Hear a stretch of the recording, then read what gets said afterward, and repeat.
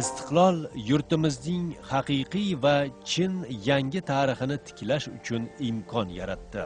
Xalqimizning boy tarixini tiklashda esa milliy an'analarimiz va urf-odatlarimizning o'rni beqiyos.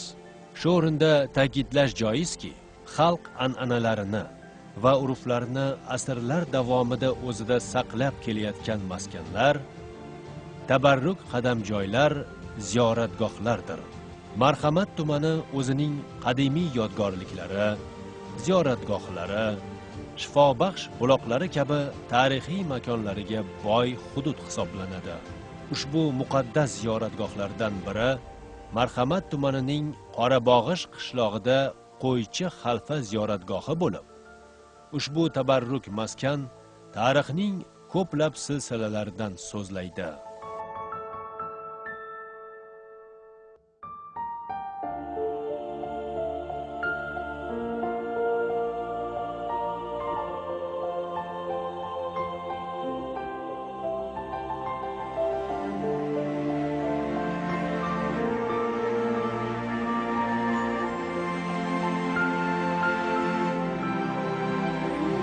Bu qadamjo 19-asrda yashagan, asli kasbi cho'pon, Bekmurod polvon, xalq orasida Qo'ychi xalfa nomi bilan mashhur bo'lgan inson qo'nim topgan maskan.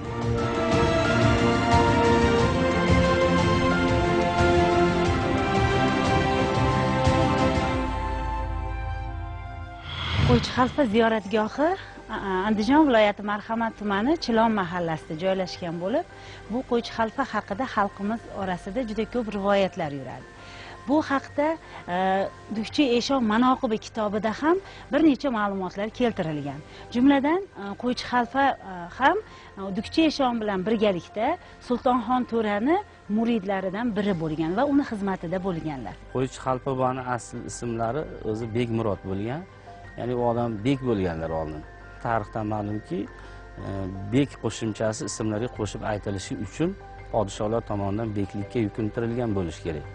Bu odam bek bo'lgan, keyinchalik beklikdan ketib, ota-bobolarini mashg'uloti bo'lgan qo'ychilik, cho'ponchilik mashg'uloti bilan shug'ullangan va diniy ilm olib, mahalliy xalq orasida diniy ilmda targ'ibot qilib yurganlar. Qo'ychi xalfa buva polvon ham bo'lgan. Ya'ni Andijonda maydonda xon polvoni bilan kurash o'ynab, xon polvonini yiqitgan. Ya'ni Andijonda u odamga teng keladigan polvon bo'lmagan. Ya'ni Ulug'tog' ota tog'ida biz mahalliy xalq Ulug'tog' tog'ini Ulug'tog' ota tog'i deb ataydi. Ana shu tog'da qo'y boqqanlar. Aholini qo'yini, o'zini qo'yini, Sultonxon To'rani qo'yini boqqan. Ya'ni Sultonxon To'rani maqbarasi shu yerda joylashgan. Vasiyat qilgan ekanki, men vafot etsam, Qo'ychi xalfa buvani shu oyog'iga qo'yishlarini vasiyat qilgan ekanlar. Shu sababli ham hozir mana shu yerda turgan maqbarada eng katta maqbara Qo'ychi xalfa buvani maqbarasi hisoblanadi. Va undan keyin u odamni pirlari uni oyoq tomoniga qo'yilgan. To'ra bo'ladi, maqbaralari shu yerda joylashgan.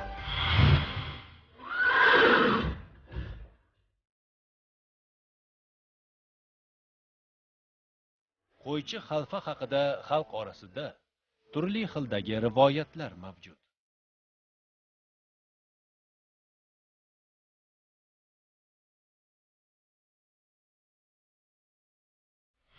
Andijonda xon bosib oladi. Bosib olgandan keyin o'zini ham tengsizligini, polvoniga ham teng keladigan yo'qligini ma'lum qilish uchun kurash beradi. Qayerdan kelsa ham hammasini yiqitadi. Xonni polvoniga teng polvon bormi deb bir marta aytadi. Yo'qmi? Ikkinchisi aytganda turkda polvon qolmadimi degan so'z ishlatiladi-da. Shunda Mash'im Mingtepadan borgan odam haligi bu g'ururiga tegadi. Tekkandan keyin polvon bor deydi. Keyin u odam sarbozni jo'natadi qo'shib. Borsa ibodat qilayotgan bo'ladi, qo'ylar salqinda turgan bo'ladi. Kelinglar ular kutib oladi, aytadiki, peshin namozini ado qilib Shomga qadar yetib boraman deydi. Olib kelgan otlari meni ko'tara olmaydi. O'zini otini minib boradi. Borgandan keyin xon polvoni ko'rib turib, "Shumi?" deydi polvoning, turk polvoni deganda, kelib yuziga boqqanda ko'zidan nur chaqnab, xon polvonini ko'zini ko'r qiladi. Keyin ushab turib, haligi bunday qisganda qo'rg'alar sinib ketadi. Yonbosh qilganda, endi qo'rg'alar singaniga o'pkaga kiradi, bilamiz. qattiq tortganda sindirib tashlaydi. Tashlaganda butun xalq halol deb baqiradi. Baqirganda ovoz hayqiriq bo'ladi. Xon kelgan Ali shuncha hayqirdi, zo'ridan o'rnidan taxtidan o'rnidan turib turaman deganda ilohiy bir kuch yelkasidan shunday bosadiki, xonda ayollar majolsiz bo'lib o'tirib qoladi. O'rnidan tura olmay qoladi. Va Qo'ychi Xalfa bobomiz na sovringa, na boshqaga qaraydi, otiga bitta sakrab minib, Mingtepaga qarab otini tushib ketadi. Ya'ni bu yerdagi kurash sovrin uchun bo'lmaydi, bu yerda g'urur uchun, millatning sha'ni uchun bo'ladi bu kurash. Aytishlariga qaraganda, shu yerning keksalarning ma'lumotlarida bir kuni Qo'ychi Xalfa bobomiz qo'ylarni boqib yurganlarida shunda qo'ylar qo'qqisdan bo'rilarning hujumiga uchraydi va bir qanchasini bo'rilar chavag'lab ketishadi. Shunda Qo'ychi Xalfa juda ham xijolat bo'ladilar. Sultonxon to'radan, piridan endi nima deb javob beraman degan xijolat bo'ladilar, lekin shunda ertalab turib qarasalar, yana qo'ylar yana o'z o'rnida o'sha avvalgi hisobda bo'lgan bo'ladi. Ikkinchi rivoyatlarga qaraganda Qo'ychi Xalfa bobomiz o'sha Sultonxon to'ra Makka mukarramaga, Madina munavvaralarga haj safarlariga borganlarida doimo shu yerda bo'lganlarida Qo'ychi Xalfa unga tahoratiga suv tayyorlab turgan bo'lgan, shunday mas'uliyatli vazifani topshirganlar va o'sha haj safariga borganlarida Sultonxon to'ra shu tahoratga suv topishga qiynalganlar. Shunda ko'ngillaridan o'tkazgan ekanlar, qani endi Qo'ychi Xalfa bo'lganlarida menga hozir tahoratga suv tayyor bo'lgan bo'lardi deganlarida, shundoq orqalariga qarasa Qo'ychi Xalfa bobomizni ko'rib, mana pirim sizga tahoratga suv tayyor degan ekanlar. Bu qanchalik haqiqatga yaqin, lekin buni tagida balki haqiqat yotar, afsonalar tagida ma'lum bir miqdorda haqiqatlar yotadi va bu xalq orasida tildan tilga o'tib kelayotgan rivoyatlar hisoblanadi.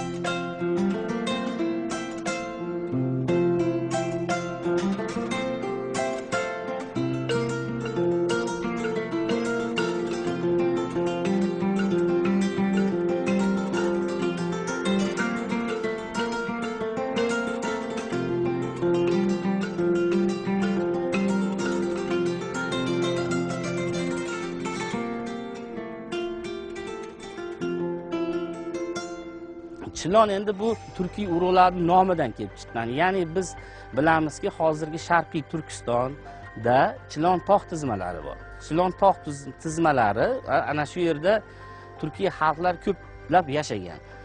Davrlarda, har xil davrlarda urushlar, boshqa natijasida xalqlar sharqqa qarab, g'arbga qarab surilishlar bo'lgan. Buni tarix dalillaydi.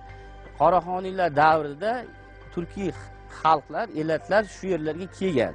To bu yog'i hozirgi Shahrisabz, Keshgacha, hattoki hozir Shimoliy Afg'oniston hududlarigacha ko'chish, siljishlar bo'lib turgan.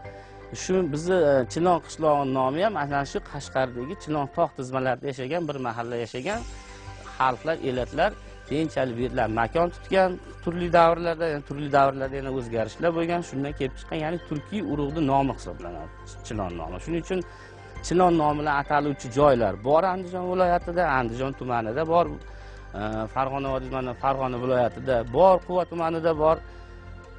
Shu yerda turkiy elatga mansub shu elatlar yashaydi.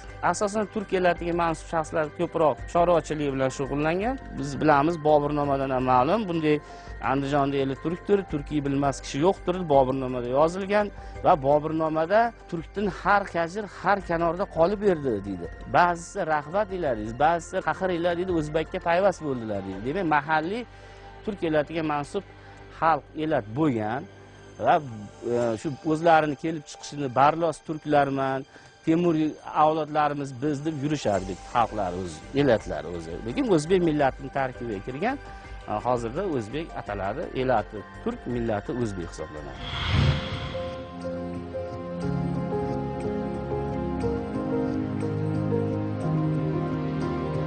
Bugungi kunda ushbu ziyoratgoh davlat muhofazasiga olingan bo'lib, bu yerda joylashgan tarixiy yodgorlik ham o'zini o'rganilishini kutayotgan tarixiy joylardan biri bo'lib kelmoqda.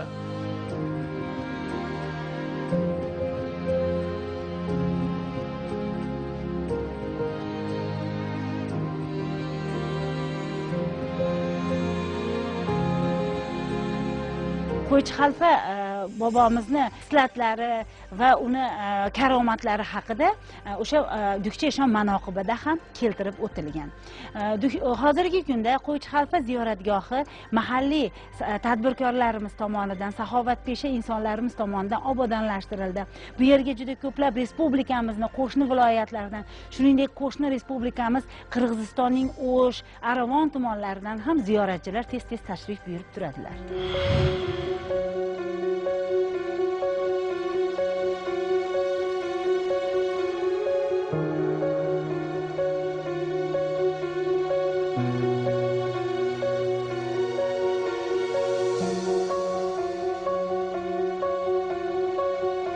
Marhamat tumani ajib maskanlarga boy. Shulardan biri bu yerdagi mavjud tepaliklardir. Ijodiy jamoamiz bilan ularni dengiz sathidan 1200 metr balandlikda kuzatamiz. Bu haqida esa keyingi ko'rsatuvlarimizda so'z yuritamiz. Dasturlarimizni kuzatib boring.